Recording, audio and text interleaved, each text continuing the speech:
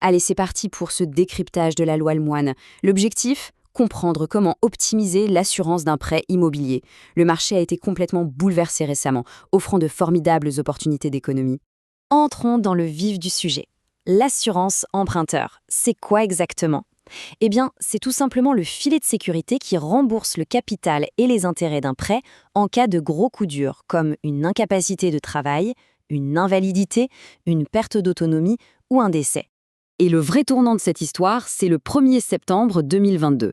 C'est la date charnière où la loi Lemoine entre en action pour absolument tous les emprunteurs, révolutionnant totalement les anciennes règles du jeu bancaire.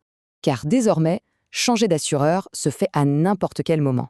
Plus besoin d'attendre la fin de la première année, et surtout, il n'y a plus aucun frais de résiliation à prévoir. On a enfin affaire à un marché beaucoup plus juste. Attention tout de même, si la liberté d'action est totale, il y a une condition stricte. Le nouveau contrat doit impérativement respecter les garanties minimales exigées par la banque initiale. Il faut obligatoirement conserver une couverture qui soit parfaitement équivalente. Concrètement, la démarche est super simple. Étape 1, on choisit un contrat équivalent.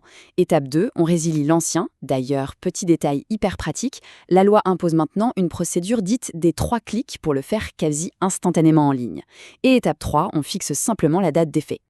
Ensuite, la balle est dans le camp de la banque.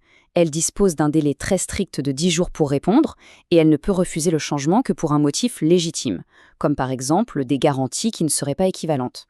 Alors, est-ce enfin la fin du monopole bancaire traditionnel pour redonner du pouvoir d'achat aux emprunteurs? C'est en tout cas l'immense promesse de cette loi.